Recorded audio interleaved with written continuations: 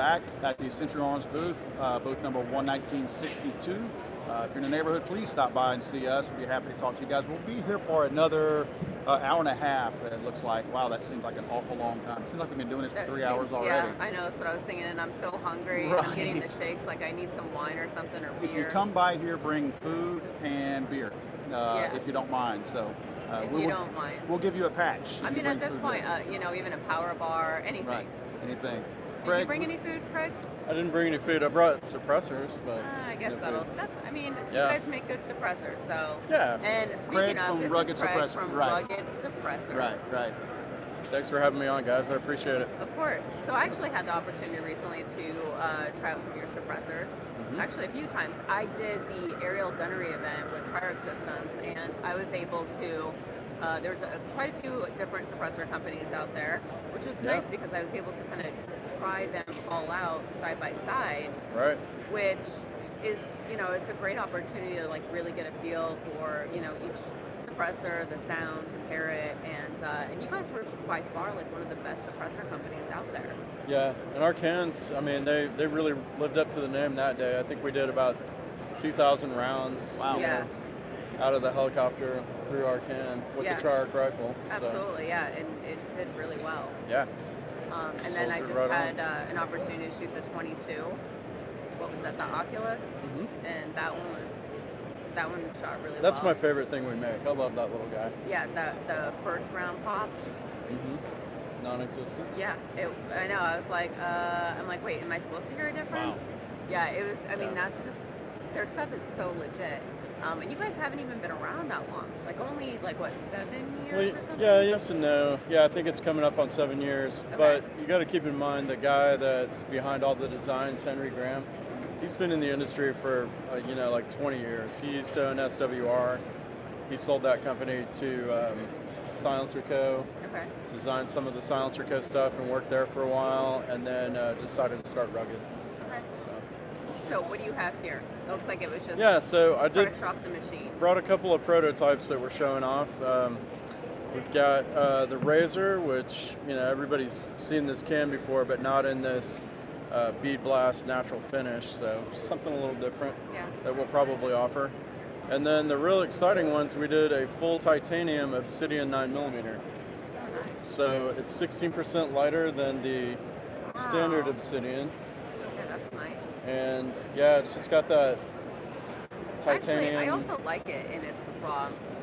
This is actually like an anodized, titanium anodized. But yeah, it looks great. I like this color. I think a lot of people are going to want that. Yeah. We got to figure out how light that is. How are you able to eliminate the first round pop? Obviously, that's an engineering thing. What happened? It's magic. Magic? Yeah. As long as you really, can do you try it out, and it's like, yeah. I even went back, listened to the videos, so I'm like, all right.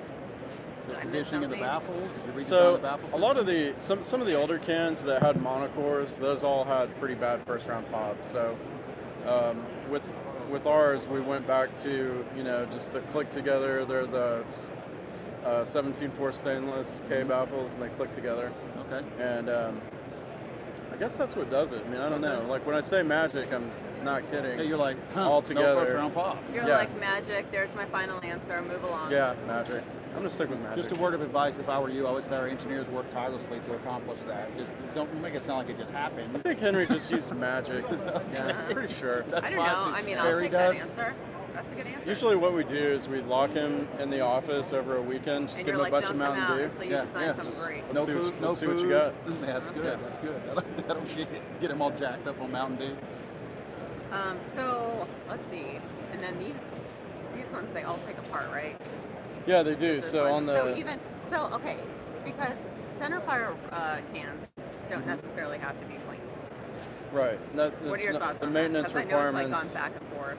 Yeah, a lot of people ask a lot of questions about cleaning, and so the guidelines that we usually say is on the rimfire cans in particular, they're the dirtiest. Yeah.